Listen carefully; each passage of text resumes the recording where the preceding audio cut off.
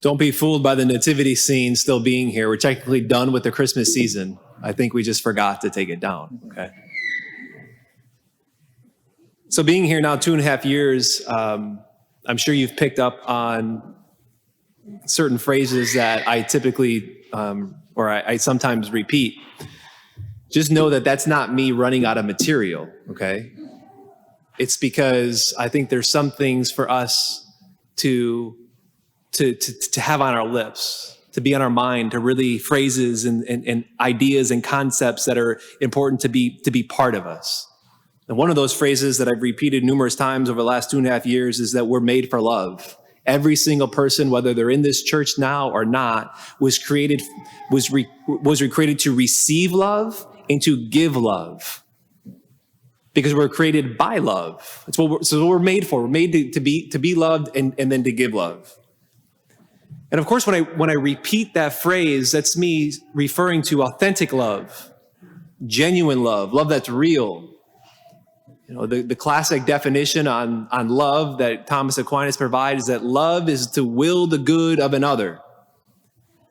So if anything that presents itself as love, that's not that, it's not authentic love.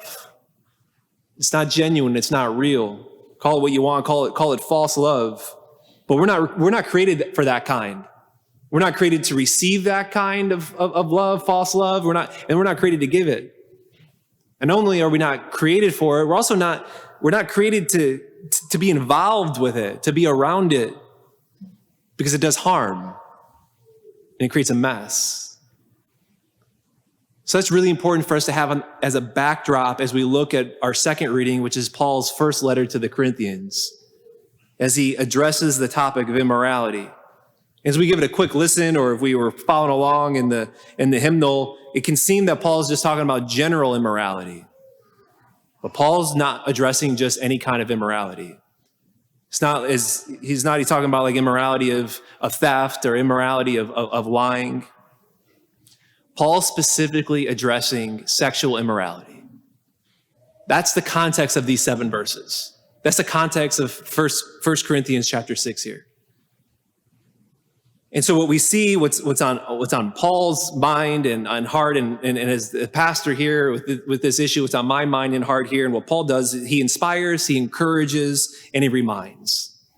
So for us here, I want us to see how Paul's going to inspire us to explore goodness and beauty, to encourage us to flee, and third, to remind us that we were purchased. So first, the goodness and beauty, right? When it comes to this topic, most of us grew up either in one of 2 camps. A lot of it depending on even like maybe what generation we grew up in. But you got one camp that is, don't do that, don't do that, don't do that, don't even think that. And it's just maybe a list of things of rules of just no's without knowing the reason why behind the no's, or without giving a yes to not seeing that the no's serves a purpose to a greater yes. And see, if that's the case, that's not helpful. It can actually be harmful, right? Oftentimes it leads to one of 2 directions. The result of that could be like, okay, it could be rebellion. Like I'm told no on all these things. I'm just going to go ahead and do these things. I was just told no, and I didn't have the reasons of why or a greater yes. And the other alternative is just to come to think that sex is bad or that it's dirty. And see, that's not helpful either. That's also harmful to be in that spot. The other camp, so that's one camp. The other camp is more common, I'd say, in more recent decades, and that is, as long as it feels good, do it. Or as long as it's consensual, both parties consent. If consent's there, it's fine. And increasingly what we're finding out with that's also not helpful. And that's actually really harmful.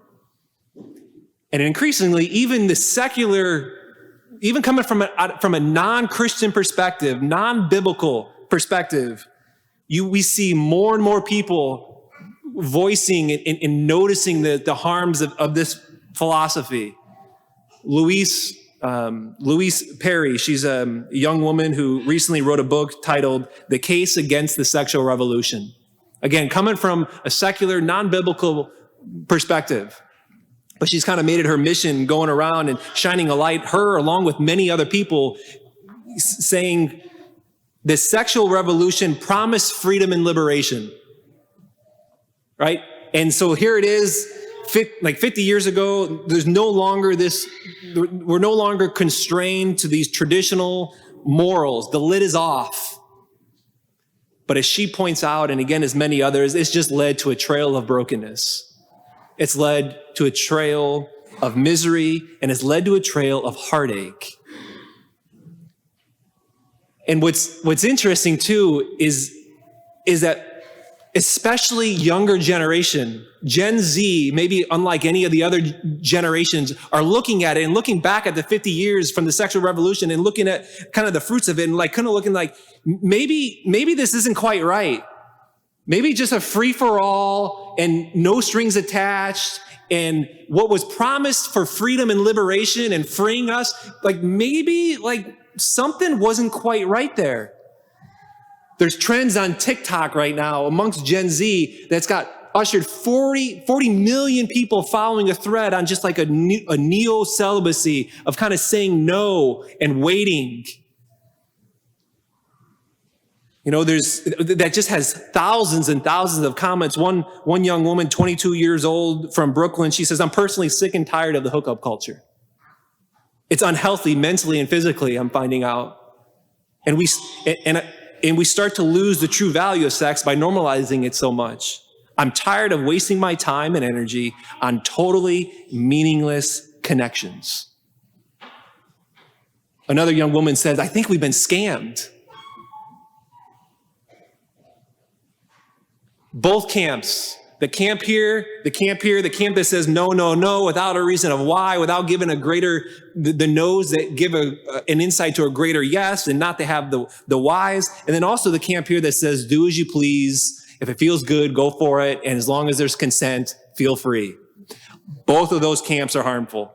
Both leaves one without a vision on how to live. Both of those leave a vision on what the human body's for. And so what Paul does here, what the scriptures do, what God gives us, and he spells out that the bodies were for a purpose, that they're good, they're holy, that sex is good and holy and beautiful. So what I want to do just here is just point you if you're not familiar with John Paul II's theology of the body, really right here, what Paul is doing, what John Paul II does in the theology of the body, to get familiar with his writings and what the theology of the body teaches. So on the website, we have a resource on the homepage of the website, Theology of the Body. Give it at least one of those resources a listen at the very top, and just a very accessible video even of just what the theology of the body is and how that's what God's word and his way is what really promises true freedom and liberation. It's what really promises the way that the human being can flourish. But for us to allow the scriptures and God to give us a vision for human sexuality, that it's good and that it's beautiful. The second thing that Paul does, and the second thing that's on my heart here when it comes to this issue for us, is that we see that Paul encourages one to flee. It's important to know that Paul, as he's writing the Corinthians, the town of Corinth is a port city. And this issue for the town and city of Corinth is pervasive. That's why Paul's bringing it up. And as in verse 18, he simply says this, after he's been doing some of the theology of the body, then he says in verse 18, flee immorality. Run from it. Avoid it. Don't dabble in it. And as you hear Paul say that, and you hear it even coming from my words now, don't think of it as just this, no's because I say so. But keep in mind that the no's are to a service. The avoiding, Paul's saying to avoid is to the service of a greater yes, of a greater goodness and beauty for God and the body. It's not arbitrary. It's not an arbitrary just avoid this. It's like a parent who tells a little baby, toddler, to not put the fork in the electrical outlet. The baby, the toddler might see it as an arbitrary rule, but of course, as they get older and they mature, they can use their mind and they can reason and know the reason why I was told to avoid doing this is because otherwise I'd get hurt. It'd be harmful. I'd be singed. And so, and maybe I think a comment that, I often hear, it's, well, Father, it's pretty unrealistic, isn't it, to expect youth to control themselves in this area? Really? What we expect from our youth in so many other areas, to discipline themselves in the body, in high school or college, to chisel their bodies for athletics, for them to take AP 5 Spanish and Calculus 20 in high school, that they then discipline themselves in all these other areas, but yet to be told, and youth here, to be told that you're an animal in this area. You're not an animal. You, me, we don't have to allow our lower passions to override, but we can grow in chastity and temperance and remain in the struggle with it and to reach a spot of virtue. Which is, why along, again, with the website, on the website, we have these 5 different categories of 5 different areas of sexual immorality, and then just kind of spelling out through a video and other means of just why, the reason why it's harmful, why we should avoid it. And then with each one as well, resources and help with how to flee, and help with to help with the struggle. But to be encouraged to remain in the struggle. Because maybe with this issue, unlike any other issue, there's so much shame that's attached to it. Hear this. God is not scandalized by sin. He's not scandalized by any sin, and he's not scandalized by sin in this area. But rather, he comes near, he comes to. The devil wants us to be ashamed. The Lord just comes near. He's not scandalized by sin, by us. He just comes near. And he's patient. Boy, is he patient. St. Francis de Sales says, have patience in all things, but chiefly have patience with yourself. Do not lose courage in considering your own imperfections, but instead set about remedying them every day. Begin the task anew tomorrow. Are you patient with yourself in this area? Are we patient with ourselves? The Lord's patient with us. Which brings us lastly to the last move that Paul makes when he's speaking about this topic. And again, it's the last move that's on my heart as we address this topic. It's reminding us that we're purchased. Verse 20, the last verse we heard, Paul says, you are not your own, but you are purchased with a price. What's he referring to? He's referring to this, the cross. The cross. Remember how we started off the homily talking about that phrase about love and authentic love? What's authentic love? This is authentic love. This is the love that saves from sin. This is the love that restores, that renews, that transforms us in this area and every area, to help us to become the man and woman that God's called us to be, the man or woman that we long to be. Authentic love is the only love that can heal and can transform and renew and change. Which I want to end with an illustration. The illustration's from The Beauty and the Beast, the animated first version, Beauty and the Beast. If you remember in the beginning, they kind of set up the whole rest of the movie, and it mentions the prince. There's the prince that had everything. But he was selfish inside. He was cold inside. And because of that, he had a lot of shame, and that shame came out a number of different ways. And one way, as we know, is that woman that came in the cold winter storm, and she came to knock on the door of the castle to stay in there. And she says, Prince, can I just stay in this castle one night? And if he turns to her and just says, get out of here, no, makes fun of her, you're not staying in here, old lady. And if she turns into sorcery and she casts a spell upon the castle and the whole kingdom and upon the prince, the result is he became a beast.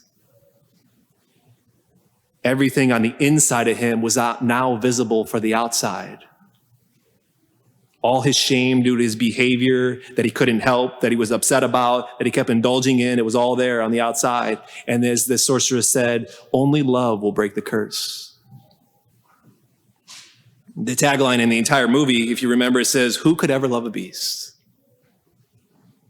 And at the end of that opening thing, he was struggling. It even says, the beast, as the decades went on, he despaired. He grew hopeless. Because who could ever love a beast? And then, of course, Belle comes along, a woman who knew authentic love. And she realizes, over the course of the movie, she realizes that at the heart of who he is, he's not a beast, but he's a man worthy of love. And so we know at the end of the movie, if I'm spoiling this for you, like, go see the movie. At the very end of the story, the beast gives his life for Belle in sacrificial, authentic love. And as the beast gives his life for Belle, Belle finds him on top of the castle as he's dying, lying down, and Belle's there. And as he's about to die, all hope is about to be gone. The restoration for the kingdom and for the castle and those who live in the castle, and the restoration for the beast himself, it's all about to be gone. As Belle is standing over him as he's dying, the beast as he's dying, she leans down and she speaks her love for him. And she whispers to him on his chest as he's dying, "I love you," as the last rosebud falls and hits the ground. As she speaks the words of "I love you," her words penetrate the depth of his soul, right through the crustiness, the beastly parts. It goes right through, and it resurrects him. And as Sister Miriam says, as she recounts this part of the movie, it's the greatest resurrection scene in cinematic history. The beast comes up and floats up, and light spews from his fingers. Light spews from the toes of this beast. Light comes spreading from his face, and he's transformed to this new man, restored and transformed into the prince. He's transformed from a beast to a man, and it's authentic love that changes him. That's what Christ offers us. That's what his authentic love does. Paul says, "You are not your own. You are purchased with a price," he says. So let us be inspired to explore the goodness and beauty around this area. Let us be encouraged to flee from it, immorality. And then third, to be reminded that we were purchased with a price.